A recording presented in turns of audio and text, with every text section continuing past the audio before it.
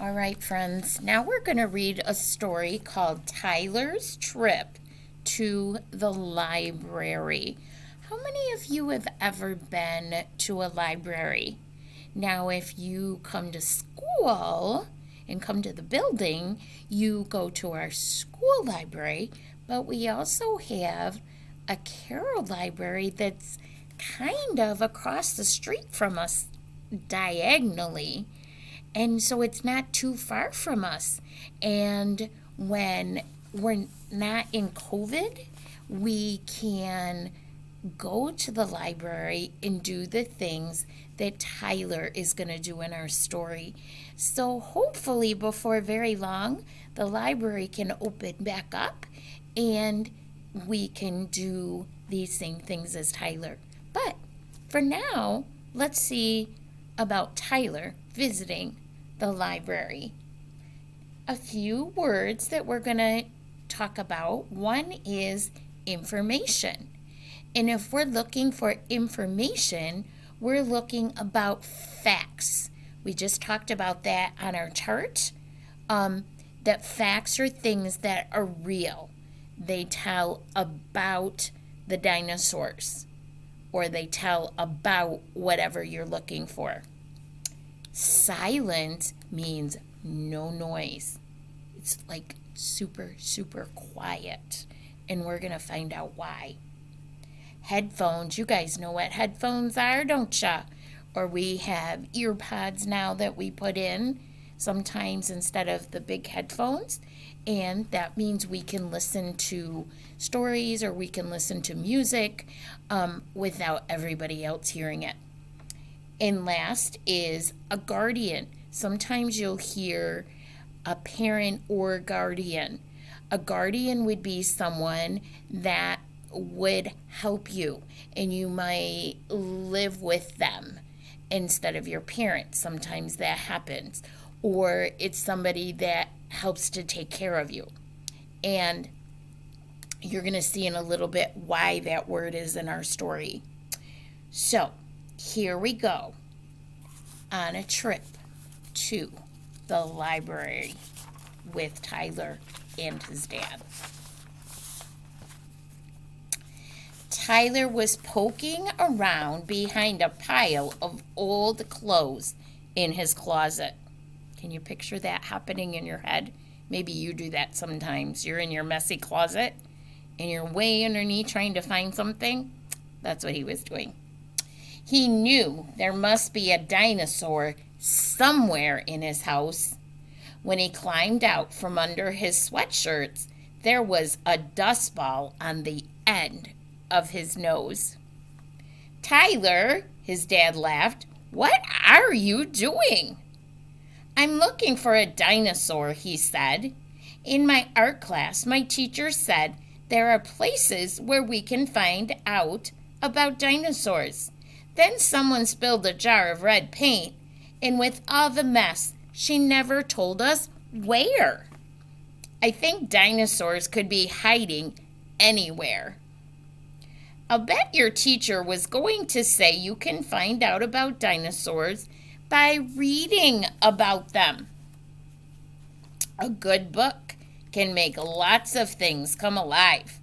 Let's ride our bikes to the library and see if we can find a book about dinosaurs." Tyler and his dad parked their bikes in front of a tall building with large glass windows. "Wow, I bet you could fit a lot of dinosaurs in here," Tyler said. "Let's go in and take a look." The children's librarian, Miss Rivera, gave them a big smile when they pushed open the glass door. "How can I help?" she asked. "We're looking for dinosaurs," said Tyler.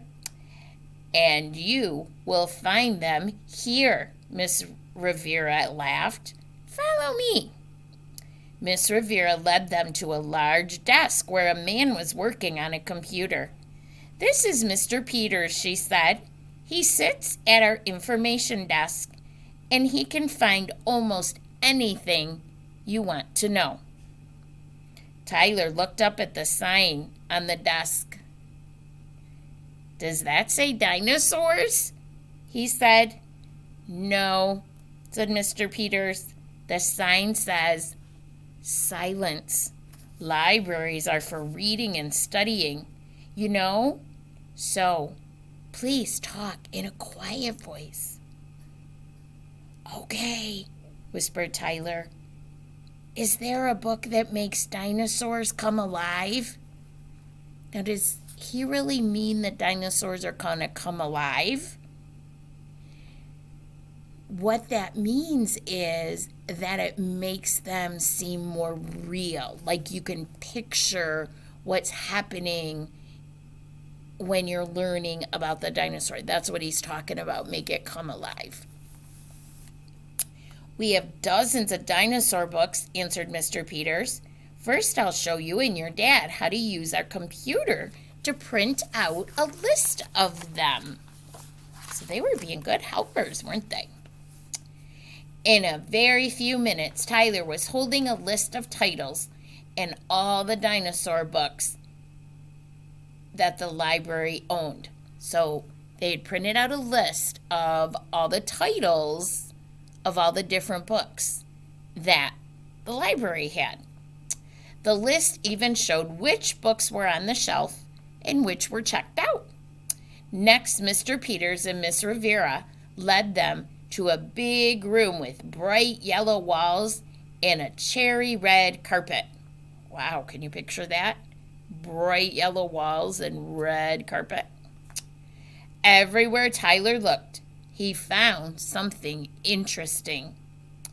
There were hundreds of books, plus magazines and listening tapes, low tables just the right size, toys, puzzles, and computers. Colorful posters decorated the walls. This is the children's section, said Mr. Peters.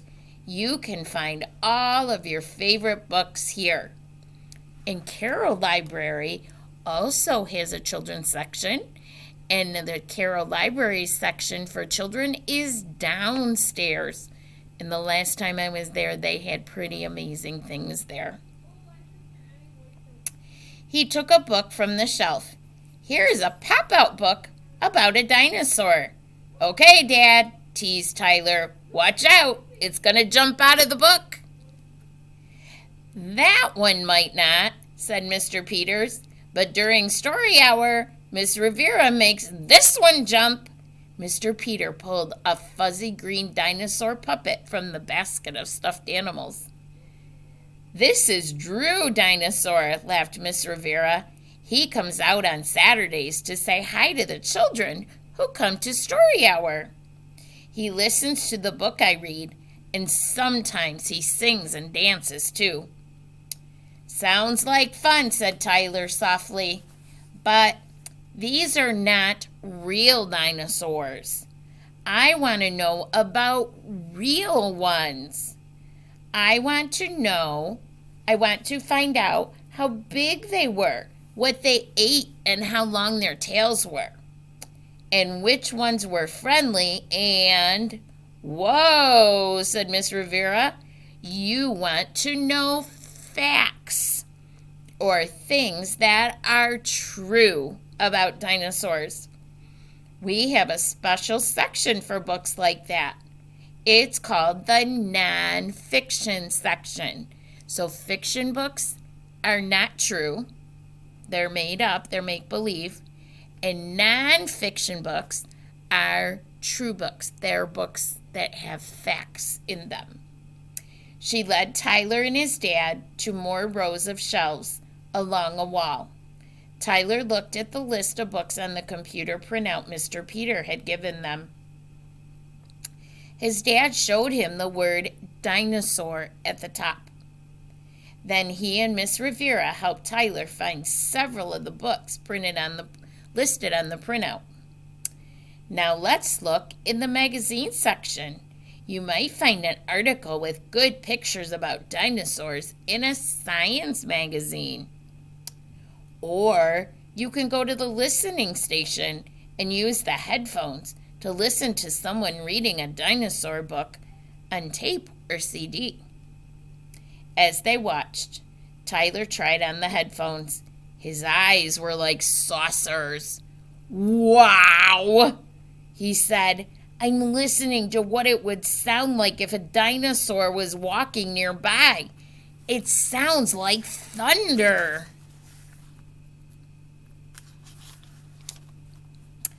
How about playing a dinosaur computer game? Miss Rivera asked. She led Tyler to a sunny corner where a computer station was set up. Beside the computer, there was a stack of CD-ROMs and headphones. You can put on a CD-ROM and play a game. Or you could also ask someone to help you use the internet for information, just like we talked about. Dad was right. A library can make anything come alive, said Tyler. Then he thought of something. He dug his hands into his pocket. He pulled out 3 raisins, 1 eraser, and 2 pennies.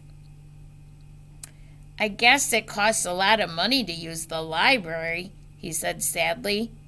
You don't need any money to use the library, said Mrs. Rivera. Libraries are free. All you need is a library card. Then you can borrow things from the library. Come, I'll help you get one. Now at the school library, we don't need a library card, but at the Carroll Library, you need a library card. And then they scan your card, and then they scan the books, and then they know that you have them. And when you bring them back, then they scan them and they put them back on the shelf and they know you brought them back. It's a really cool system. At the main desk, Tyler printed his name on a form. His dad filled in the rest of the spaces: birthday, address, parent or guardian name. So we talked about guardian being somebody that might take care of you. Then Tyler got his very own card. Ms. Rivera showed him where to sign his name on the back. On his way home, the basket on Tyler's bike was filled with books he had taken out on his own card. So he felt pretty amazing that he had a library card and he could use his own card to get out library books. Do you want to check your closet again for dinosaurs? They're not in my closet, said Tyler. They're in books in the library. Maybe I'll write a book and call it The Dinosaur in the Library. Good one, said Dad. Or how about Tyler's Terrible Tyrannosaurus?